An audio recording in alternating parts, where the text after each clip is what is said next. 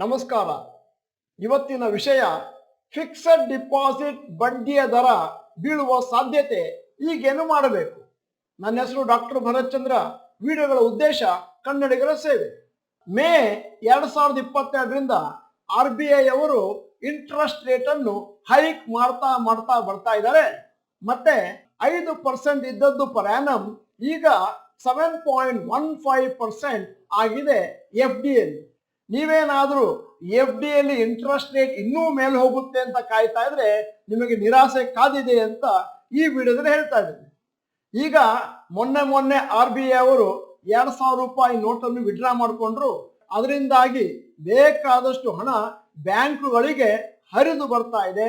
ಮುಂದಿನ ದಿನಗಳಲ್ಲಿ interest rate ಅನ್ನು ಜಾಸ್ತಿ ಮಾಡುವಂತ ಸಾಧ್ಯತೆಗಳು ಕಮ್ಮಿ. ನೀವೇನಾದರೂ FD ಯಲ್ಲಿ ಹಣವನ್ನು ಹೂಡಬೇಕು, ಡೈವರ್ಸಿಫಿಕೇಶನ್ ಅಥವಾ ಎಮರ್ಜೆನ್ಸಿ ಫಂಡಿಗೆ ಅಂತ ತಿಳ್ಕೊಂಡ್ರೆ ನಮ್ಮ ಪ್ರಕಾರ ಇದೀಗ ಹಣವನ್ನು ಹಾಕಲಿಕ್ಕೆ ಸರಿಯಾದ ಸಮಯ. Reasons for bank to hike rate is reducing. ಸಾಮಾನ್ಯವಾಗಿ ಬ್ಯಾಂಕ್ಗಳಿಗೆ ಒಂದಷ್ಟು ಹಣ ಬೇಕಾಗುತ್ತೆ ಲೋನ್ ಕೊಡ್ಲಿಕ್ಕೆ ಅಂತ. ಆವಾಗ ಅವರು ಜಾಸ್ತಿ ಫಿಕ್ಸೆಡ್ ಡಿಪಾಸಿಟ್ ಅನ್ನು ಅಟ್ರಾಕ್ಟಿವ್ ರೇಟ್ ಕೊಟ್ಟು ಜನರಿಂದ ಪಡೀತಾರೆ.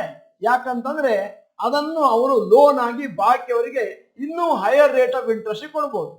ಮೊನ್ನೆ 2,000 ರೂಪಾಯಿ ನೋಟುಗಳು ಬ್ಯಾಂಕಿನಲ್ಲಿ ಅಕ್ಸೆಪ್ಟ್ ಮಾಡಲಿಕ್ಕೆ ಪ್ರಾರಂಭ ಮಾಡಿದ ಮೇಲೆ ಬ್ಯಾಂಕಿನಲ್ಲಿ ಬೇಕಾದಷ್ಟು ಹಣ ಬಂದಿದೆ.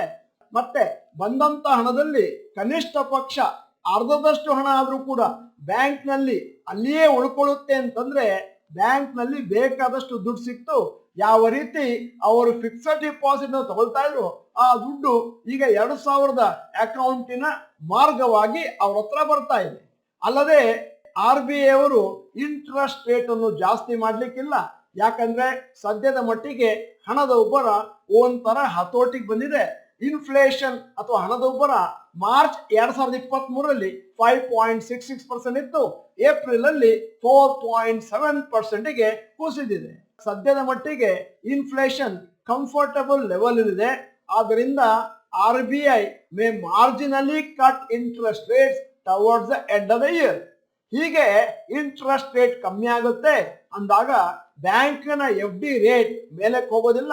ಆದ್ದರಿಂದ ಈ ವಿಚಾರವನ್ನು ಅರಿತುಕೊಂಡು FD ಯಲ್ಲಿ ಹಣ ಇಡುವವರು ಅದರ ಬಗ್ಗೆ ನಿರ್ಧಾರವನ್ನು ಕೈಗೊಳ್ಳಿ ಅಂತ ನಾನು ವಿನಂತಿ ಮಾಡ್ಕೊಳ್ತಾ ಇದ್ದೇನೆ. ಈಗ ಬಹಳ ಪ್ರಾಮುಖ್ಯವಾದ ಪ್ರಶ್ನೆ ನಮ್ಮ ಹೂಡಿಕೆದಾರರು ಕೇಳೋದು, ಅದರಲ್ಲೂ RD ಹಾಕಬೇಕು ಅಂತಿರುವವರು ಈಗ ಸದ್ಯಕ್ಕೆ ನಾವೇನ್ ಮಾಡಬೇಕು?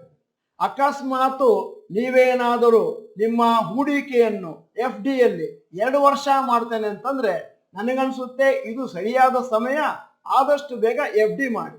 ಅಕಸ್ಮಾತ್ ನಿಮ್ಮ ವಿಷನ್ ಅಥವಾ ಹಣವನ್ನು ವಾಪಸ್ ಪಡೆಯುವುದು 2 ವರ್ಷದ ಮೇಲೆ ಅಂತಂದ್ರೆ ನಮ್ಮ ಸಲಹೆ ಇಂಟ್ರೆಸ್ಟ್ ರೇಟ್ ಒಂದಷ್ಟು ಫಿಕ್ಸ್ ಆಗಲಿ, ಮತ್ತೆ ಕಮ್ಮಿ ಆಗೋದು ಅಥವಾ ಏನಾದ್ರೂ ಇದ್ರೆ ಆಗ್ಲಿ, ಆಮೇಲೆ ನಿಮ್ಮ ಡಿಸಿಷನ್ ತಗೊಳ್ಳಿ. ಯಾಕಂತಂದ್ರೆ you can wait for a few months since the interest rates on longer term FDs are not expected to fall immediately. ಈ ವಿಡಿಯೋದ ಕೊನೆಯಲ್ಲಿ ನಮ್ಮ ಸಮೀಕ್ಷೆಗಾಗಿ ಒಂದು ಪ್ರಶ್ನೆ ಕೇಳ್ತಾ ಇದ್ದೇನೆ.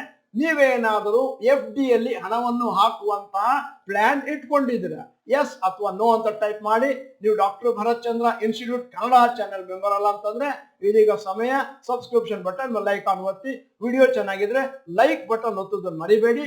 ವಿಡಿಯೋನ ನಿಮ್ಮ ಎಲ್ಲಾ ಸ್ನೇಹಿತರಿಗೂ ಕಳಿಸ್ಕೊಡಿ. ಇದು ಎಲ್ಲರಿಗೂ ಬೇಕಾದಂತ ಒಂದು ವಿಚಾರ. ಮತ್ತೆ ವಿಡಿಯೋನ ಸಂಪೂರ್ಣವಾಗಿ ನೋಡಿದ್ದಕ್ಕೆ ಧನ್ಯವಾದಗಳು. ನಮಸ್ಕಾರ.